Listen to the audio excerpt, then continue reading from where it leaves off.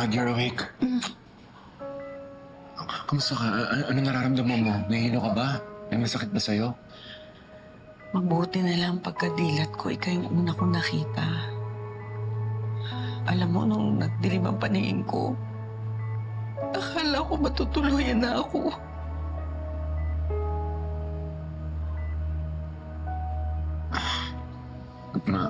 Ako na yung humingi ng sorry sa mga sinabi ni Vanessa. Pwede ba, anak? Ayokong pag-usapan si Vanessa. Kumukulo yung dugo ko sa kanya eh. Marco, ayoko pang mamatay. Gusto ko pang mabuhay. Para sa inyo. Kailangan niyo ako eh. Ayoko ko kayong maiwan. Kailangan niyo pa ng ina. Relax. Relax lang, ma. Nakausap ko na yung mga cardiologist mo sa Singapore. Kino-coordinate na nila yung mga doktor mo dito. Kaya ka daw nilang pagalingin. Nak, mas gagaling ako kung kasama ka.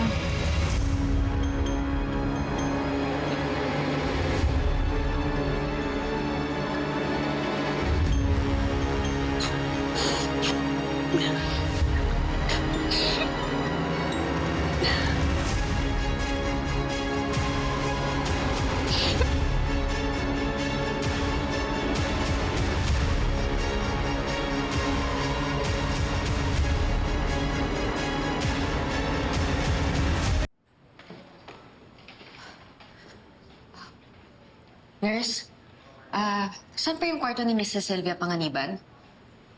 Vanessa, 401 po. No.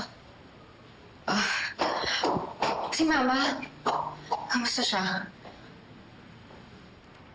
hindi ka na dapat pumunta dito, Vanessa. Gusto ko lang naman kamusta niya si Mama eh. Ano na bang kalagayan niya? Well, she's sleeping. She's okay. Bumalik ka na sa bahay. Sandali. Teka. Marco, balik ka ba sa akin? Ano sa tingin mo? Hindi ko naman sinasadya yung nangyari, love eh. Hindi ko alam na may sakit sa puso si Mama. Kung makinig ka lang sa akin, hindi na dapat aabot sa ganito. Inaawat na kita, ayaw mo pa rin tumigil. Daldal ka pa rin ng daldal. Alam mo yan ang hirap sa'yo eh. Puro sarili mo lang iniisip mo. Minsan feeling ko hindi na ako yung asawa mo eh. Minsan naiisip ko para na lang ako robot na sunod-sunuran sa'yo. You don't need that. Sinasabi mo lang yan dahil stress ka. Totoo naman, di ba? Kung ano yung gusto mo, yun yung masusunod. Hindi importante sa yung opinion ng iba. Yung pagbukod natin. Yung pagtira ni Angel sa bahay. Hello, kung hindi ka naman agree sa mga desisyon ko, you can say it! Sinabi ko!